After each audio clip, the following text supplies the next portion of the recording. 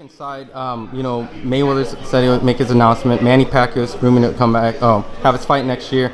If you can matchmake those guys, who do you think those guys should fight next year? You have to keep in mind they're in their 40s, and Mayweather himself has been retired, so I don't see Mayweather looking to come back against top opposition in boxing. I think it's more of a selling, marketing commitment to selling and marketing.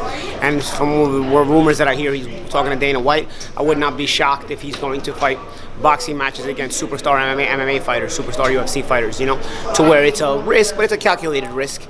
And it's fights that, he's the favorite, and it's fights where he's going to expose himself to a fan base that's a completely new fan base, a fan base that's a very big fan base, and a fan base that's about as stupid as you can get. It's the dumbest fucking doorknobs, if I talk to that doorknob about fighting, then they'll understand more about fighting than MMA fans. So if you put yourself in that position, Floyd is kind of a marketing genius.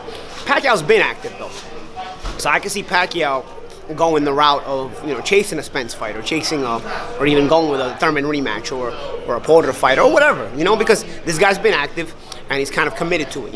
Once you've been retired like Floyd, who's also older than Manny, mind you, I don't think you just come back in and fight like the Terrence Crawfords of the world and guys like that. I think even the fighters in that position, if they understand the politics, probably know he's not looking at them or angling it towards them. I think he's angling it towards exposure and money and it's almost a gimmicky situation. You know what I'm saying? Where if you're fighting MMA fighters and you're fighting superstar MMA fighters, it's a fight. It's going to raise curiosity from several perspectives, and even crossover fans, the casuals, and you'll sell it. Yeah, Paulie, I was going to ask you about how does Andy Ruiz move forward after this loss? Because, when Joshua lost, it seemed like everybody was coming at him, criticizing, people telling him to retire. Andy Ruiz proceeds with, what did he make today? 13, 14 million. Yeah, Andy Ruiz proceeds with a $13 million check. I don't think his plane ride home is going to be that bad tomorrow. Yeah. He didn't take too much damage today. He lost the fight, but it wasn't like, he's going to be really hurting tomorrow. Like, he'll be sore from a 12-round performance. When he goes to look at that check, though, every time he feels bad, he'll just look at that check and say, "I'll be all right." So I think from that perspective, I think he's gonna be all right. But I do think in a month's time, when it sinks in, he's gonna kick himself because you were committed to the rematch clause and the numbers that were mandated and the numbers that were mandated for that rematch clause. So you weren't designed to get the lion's share of the money. But if you got away with the win today, you take the belts, you go back to your stable, and you command everything. All the money, always the A side, and there's lots of money to be made. You could have defended the heavyweight title in Mexico, in a stadium. Like, the sky was the limit. So I don't think if that's gonna sink in until about a month goes by. I think right now he's happy with the check. He didn't get knocked out. He won the first fight. People are still talking.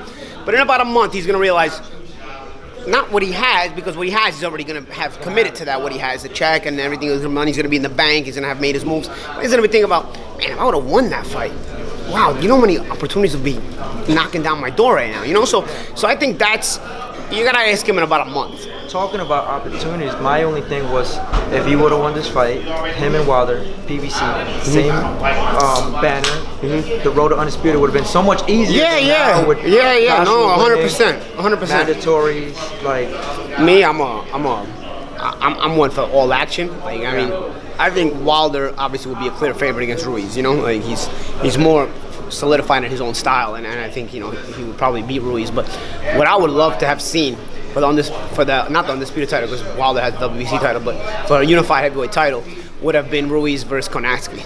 I would have loved to see that. I would have loved to see that, and I would have loved to see that for all the marbles. I would have loved to see that. That would have been.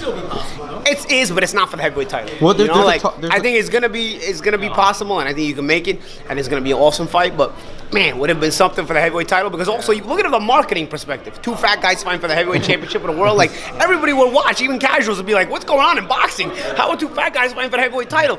Not knowing that they're actually really good fighters, but the curiosity from those people, like my father lives in Italy. He is an ex-soccer player, knows nothing about boxing.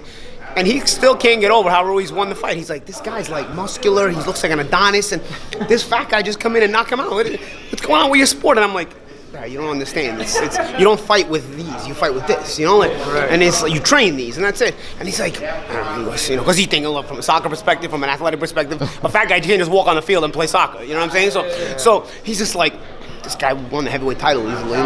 He looks like he came out of a Dunkin' Donuts. You know what I'm saying? So. Well, there is talks of possibly that since Joshua he has 2 WBO and IBF doing mandatories, maybe he might have to drop one. They're saying Pulev and Adam might fight for that.